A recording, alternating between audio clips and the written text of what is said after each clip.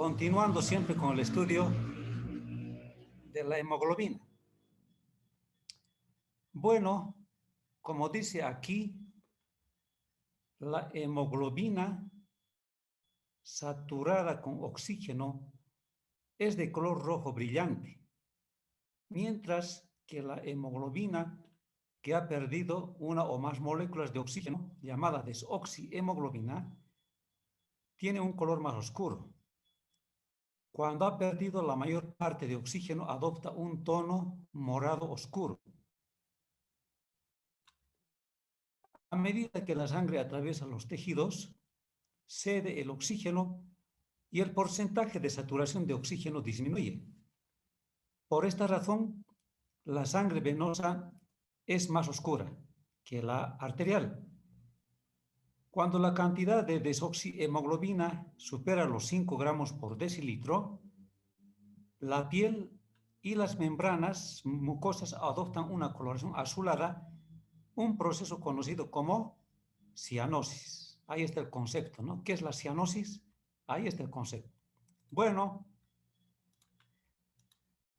esto quiere decir que cuando la sangre pasa por un tejido, vamos a dibujar acá al tejido, entonces es un esquemita. A ver, esta sería la arteriola, luego se divide en capilares, los capilares se juntan para formar vénulas y finalmente la vena. Aquí tenemos al capilar.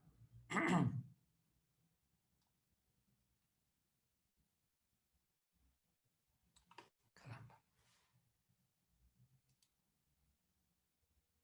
Esto no es como la pizarra, ¿no? Complicadito ya. Ya en este tejido tenemos entonces varias células rodeadas de líquido extracelular. Al espacio se llama tejido intersticial. Supongamos que estas células son células musculares, tejido muscular. Bien, el hecho es que la sangre arterial oxigenada y comienza a liberar oxígeno para las células del tejido. Así, paulatinamente va dejando oxígeno a la sangre que circula por el tejido hasta que aquí se convierte en sangre venosa. Esta era sangre arterial.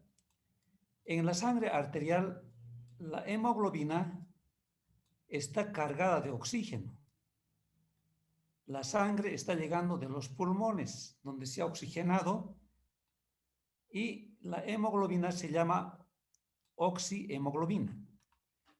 Al pasar por el tejido, la hemoglobina suelta oxígeno a favor de los tejidos, a favor de las células.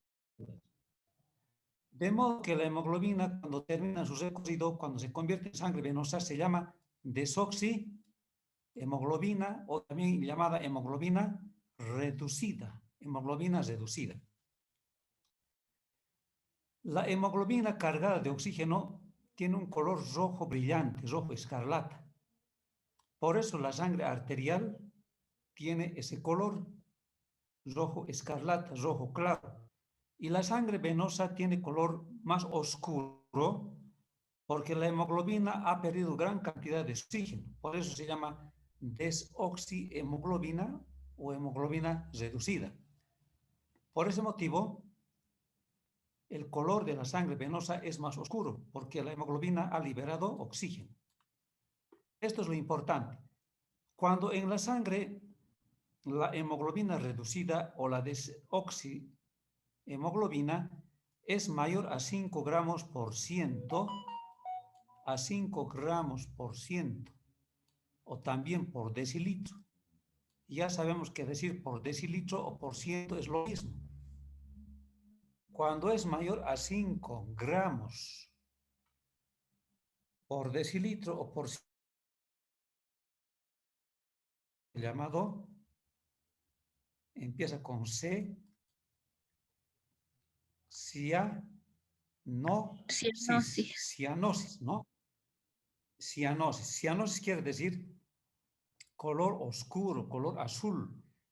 Las mucosas toman un aspecto más oscuro, más azuloso, más cianótico, decimos, ¿no? Cuando la sangre está poco oxigenada. ¿En qué pacientes podemos ver nosotros cianosis? Justamente en los pacientes que tienen enfermedades pulmonares. Por ejemplo, las personas que trabajan en las minas de Potosí, por ejemplo, adquieren una enfermedad crónica llamada silicotuberculosis, silicosis. Estas personas tienen sus pulmones totalmente insuficientes, que no ventilan adecuadamente, que no oxigenan adecuadamente, y estas personas tienen una facies, una cara color morado, más oscuro, color cianótico, es decir, están cianóticos, porque en su sangre existe gran cantidad de hemoglobina reducida, es decir, hemoglobina con poca cantidad de oxígeno. Por lo tanto, obviamente, su sangre no va a ser color rojo escarlata, rojo brillante, va a ser rojo oscuro, ¿no es cierto? Entonces, cuando nos preguntan qué es cianosis, la cianosis es aquel cuadro en donde la hemoglobina reducida, o la también llamada desoxihemoglobina, supera a 5 gramos por decilitro. Ese es el concepto de cianosis. El concepto de ictericia era la coloración amarillenta de la piel, ¿no? Por la excesiva cantidad de bilirrubinas. Cuando las bilirrubinas están muy altas, la piel se tiñe de color amarillo. Cuando la hemoglobina reducida está alta, más de 5 gramos por decilitro, la piel se torna color cianótico, color azul, color morado. Vayamos aprendiendo poco a poco, jóvenes, algunos cuadros patológicos que seguramente van a ver el próximo año, si es que aprueban fisiología, ¿no? Fisiopatología, farmacología, van a tener que volver a repetir estas cosas. Muy bien, entonces está claro. ¿Alguna pregunta hasta este punto?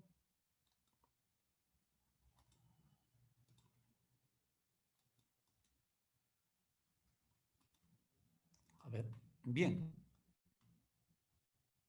Cuando la sangre se expone a algunos fármacos,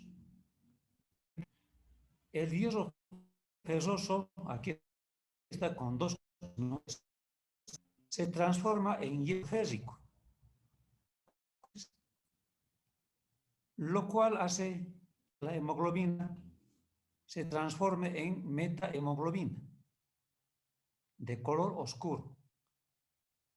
Miren, cuando el hierro pasa de su estado ferroso normal a otro estado anormal llamado hierro férrico, la hemoglobina ahora se llama metahemoglobina. Y esto hace que la hemoglobina se vuelva de color más oscuro que la hemoglobina normal. Esta metahemoglobina, jóvenes, no se va a unir adecuadamente con el oxígeno. Es decir, la hemoglobina férrica, o el hierro, mejor dicho, férrico, no sirve para transportar oxígeno. La metahemoglobinemia no sirve para transportar oxígeno. Sin embargo, normalmente en nuestro cuerpo, de alguna forma se está oxidando nuestra hemoglobina en pequeñas cantidades y se está convirtiendo en metahemoglobina, que nos podría causar problemas. Sin embargo, nuestro cuerpo es sabio. En nuestro cuerpo existe un sistema enzimático de los eritrocitos llamado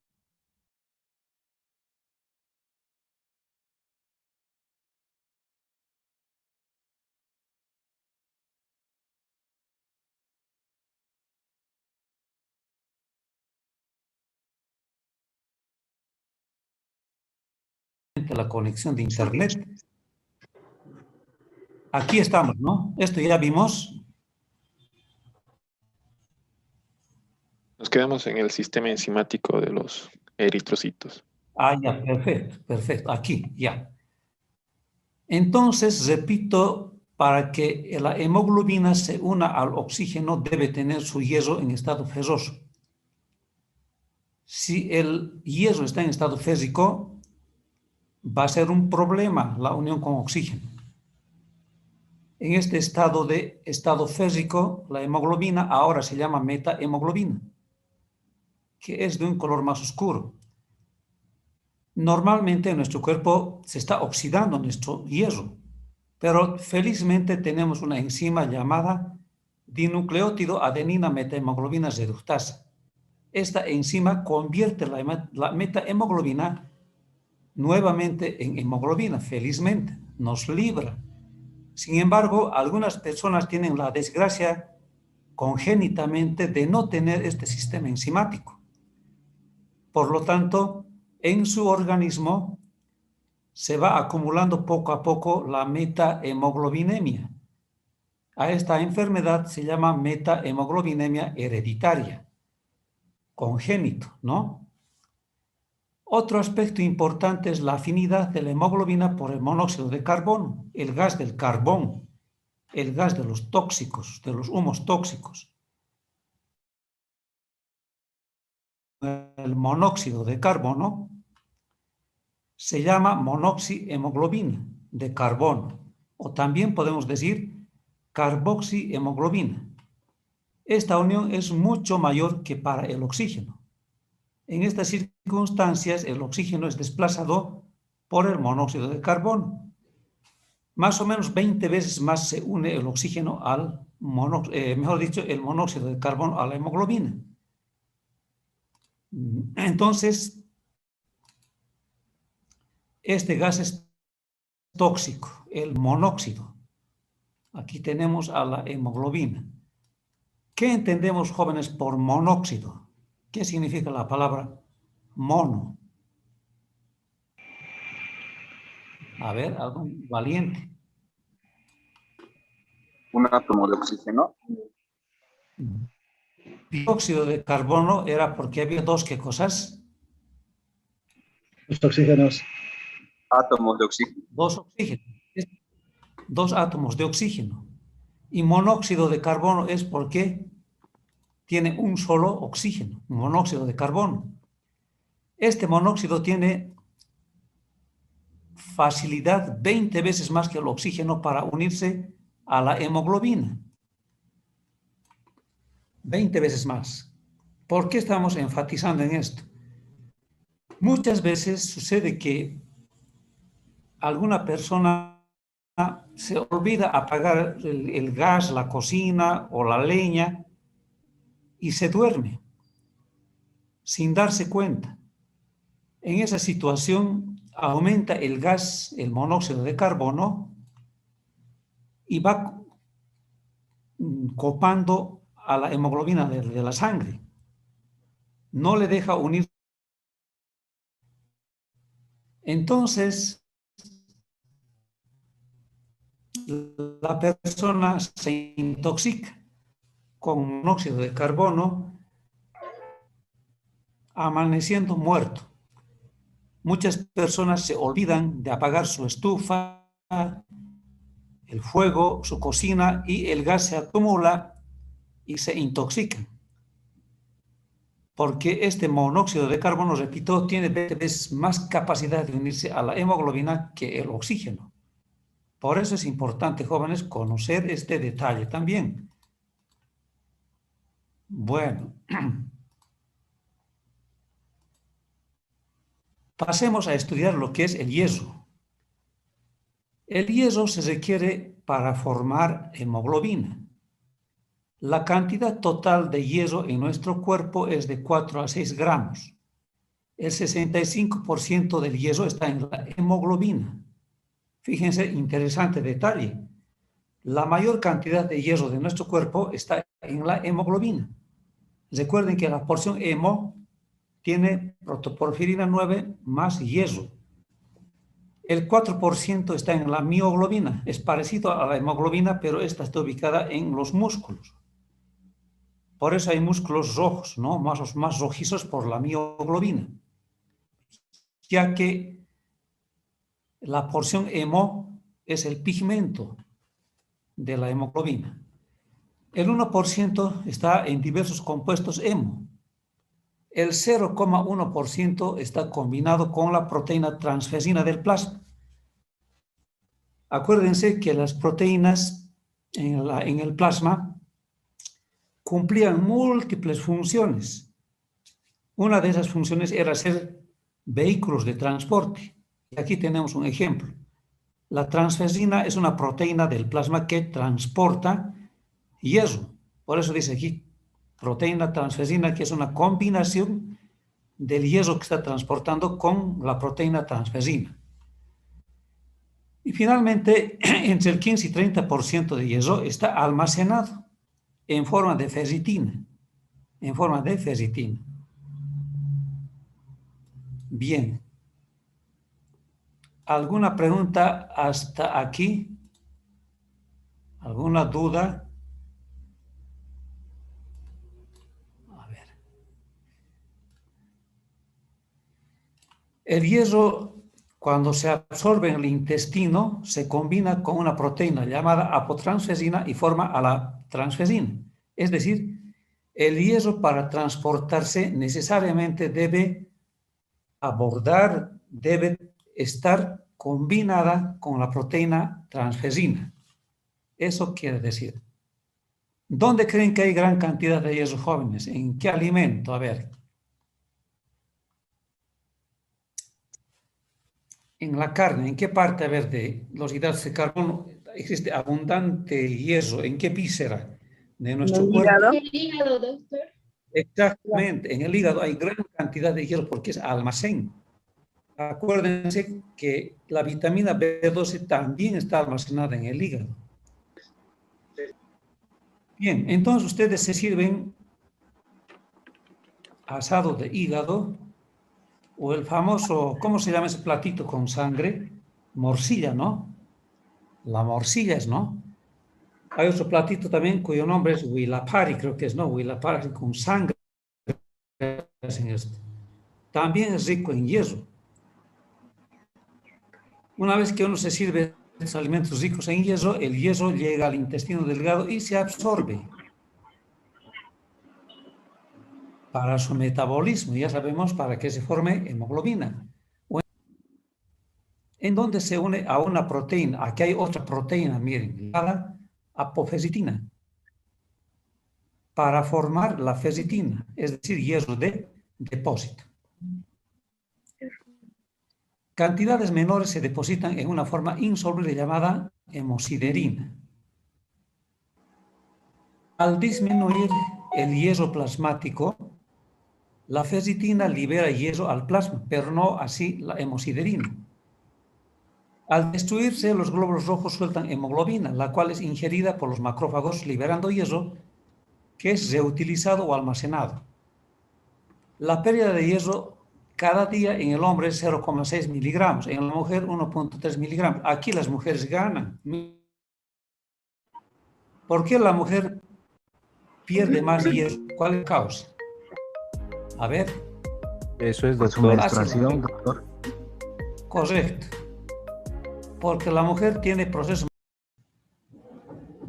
Entonces, es importante entender que el hierro se almacena en el hígado en una proteína llamada apofesitina, almacenada el hierro en forma de ferritina. Cuando nuestro organismo necesita hierro, el hígado suelta hierro a partir de la ferritina, a partir del hierro almacenado. Una pequeña parte de hierro se puede almacenar como hemosiderina. Este almacenamiento de hierro en forma de hemosiderina no sirve. ¿Por qué? Porque cuando nuestro cuerpo necesita hierro, esta hemosiderina es insoluble, no suelta nada de hierro. Por lo tanto, es dañino. Lo mejor siempre es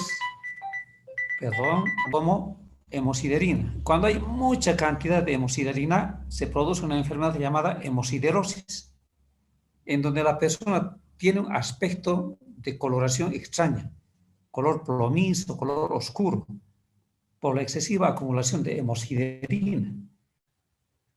Felizmente, esto es muy insignificante en condiciones normales. Lo más importante es que el yeso se deposite en forma de ferritina. ¿De dónde más nosotros obtenemos yeso, aparte de la dieta? De la destrucción de los glóbulos rojos. Cuando el eritrocito se destruye en el vaso, libera su hemoglobina, dijimos. Inmediatamente los macrófagos fagocitan a la hemoglobina. Lo digieren, lo disuelven a la hemoglobina, liberando en sus porciones que la forman, por ejemplo, en su porción hemo y su porción globina. La porción hemo también se fracciona por la digestión que están produciendo en los macrófagos. La porción hemo libera su protoporfirina 9. Esta protoporfirina 9, ya hemos visto, ha de dar lugar a la formación de la bilirrubina. Y la porción yeso se va a reutilizar para que se formen nuevos eritrocitos con hemoglobina bien formada, para que se deposite. Entonces está claro, el yeso también se aprovecha de la destrucción de los glóbulos rojos, porque el glóbulo rojo destruido ha de liberar yeso. Eso se reutiliza.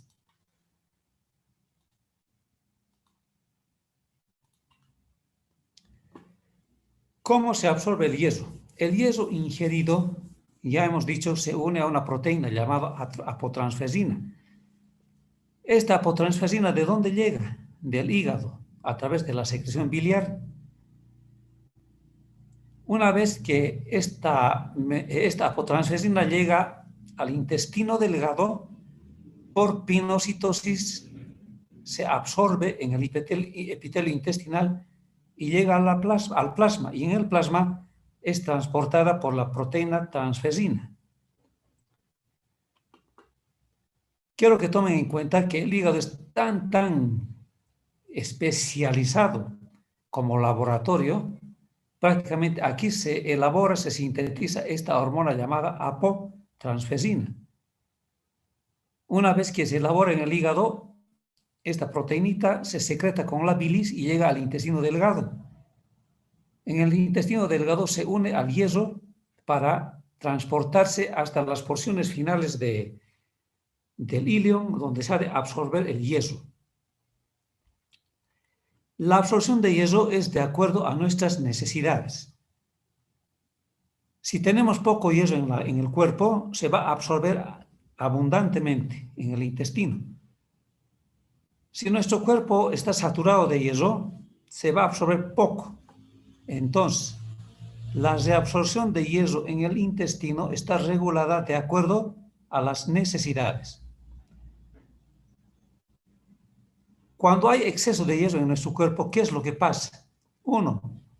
La transferina está saturada, no acepta más yeso. Es como un bus. El bus que tiene 30 asientos y ya está con sus 30 pasajeros. Afuera quedan 40. Lo mismo aquí. Cuando nuestro cuerpo tiene mucho yeso, está saturado la transferina. Por lo tanto, ya no tiene que absorberse. Ya no puede absorberse más. Y finalmente, cuando tenemos mucho yeso en el cuerpo, el hígado reduce la síntesis de apotransferina. No se absorbe más yeso. De esta forma, cuando hay excesiva cantidad de yeso, la absorción de yeso se reduce por estos dos mecanismos. Porque la transferina está saturada y porque el hígado ya no sintetiza apotransferina. Este es un esquemita bonito en donde es lo que hemos hablado, ¿no? La degradación de la hemoglobina ha de formar bilirrubina. Además, ha de liberar al yeso libre, que se va a utilizar. Este yeso libre se va a ir a depositar como ferritina. O tal vez como hemosiderina. Este yeso libre llamado ferritina, también ha de llegar al plasma. ¿Para qué? Para que se formen nuevos eritrocitos. Aquí está la flechita, ¿no? Bien, función de los eritrocitos. Ya sabemos que su principal función es transportar hemoglobina, la cual a su vez lleva oxígeno. Además, el eritrocito cumple una gran función, es la de transportar grandes cantidades de dióxido de carbono en forma de ion bicarbonato, porque el eritrocito posee una enzima llamada anhidrasa carbónica. Otra función, la hemoglobina constituye un excelente amortiguador ácido básico. De hecho, los eritrocitos son responsables de la mayor parte del poder de tampón de la sangre completa. Aquí estamos viendo tres funciones. Uno, transportar oxígeno gracias a su hemoglobina. Segunda función del eritrocito, transportar dióxido de carbono gracias a que tiene una enzima llamada anhidrasa carbónica. Y tres, el eritrocito, gracias a su hemoglobina, es un potente amortiguador ácido básico. ¿Qué quiere decir? Que cuando la sangre se hace ácido o alcalino, regula la hemoglobina. Esa excesiva acidez o excesiva alcalinidad regula el pH. Esto ustedes ya saben. La hemoglobina se une con el oxígeno y transporta. Esto tal vez no saben. ¿Cómo transporta dióxido de carbono? Miren este esquemita. La célula, cuando realiza su función, elimina productos de desecho. Uno de ellos, el dióxido de carbono. Este gas entra a la sangre, al capilar. Este dióxido de carbono posteriormente difunde al interior del eritrocito. Dentro del interior del eritrocito se une a la molécula de agua. Y por acción de una enzima llamada anhidrasa carbónica, esta unión de agua con dióxido de carbono produce la formación de ácido carbónico. A su vez, el ácido carbónico se divide en ion bicarbonato e ion hidrógeno. Fíjense el dibujo, el ion bicarbonato sale del eritrocito al plasma y se transporta hasta los pulmones. En los pulmones nuevamente se juntan. A ver, vamos a ver acá. El tiempo ya se acaba. A ver, ya. El ion bicarbonato nuevamente, es decir, se va a revertir lo que hemos visto hace rato, ¿no? Se había dividido en bicarbonato e hidrógeno, ¿no es cierto? Nuevamente se forma ácido carbónico y el ácido carbónico se fragmenta en, otra vez, lo que en un principio vimos, en agua y, ¿qué más? Dióxido de carbono. Esto está pasando en el capilar pulmonar. Repito, llega al capilar pulmonar el ion bicarbonato y aquí el ion bicarbonato revierte sus procesos metabólicos hasta convertirse otra vez en agua y dióxido de carbono. El dióxido de carbono en los pulmones se libera. De esa manera el eritrocito transporta gran cantidad de dióxido de carbono. Si se fijan en el dibujo, vean ustedes acá, el dióxido de carbono difunde al interior del eritrocito y al unirse con agua forma el ácido carbónico. En los pulmones este proceso se revierte, es decir, llega a formar otra vez dióxido de carbono y agua. El dióxido en los pulmones se libera para eliminarse al ambiente atmosférico y el agua queda en el plasma sanguíneo como agua, ¿no? Nada más como agua. Entonces, el eritrocito cumple estas tres importantes funciones: transportar oxígeno, transportar dióxido de carbono y amortiguar el pH. ¿Alguna pregunta hasta aquí antes que se acabe el programa? ¿Alguna pregunta? Veo que no hay. Bien, mañana continuaremos estudiando. Hasta mañana, estimados alumnos.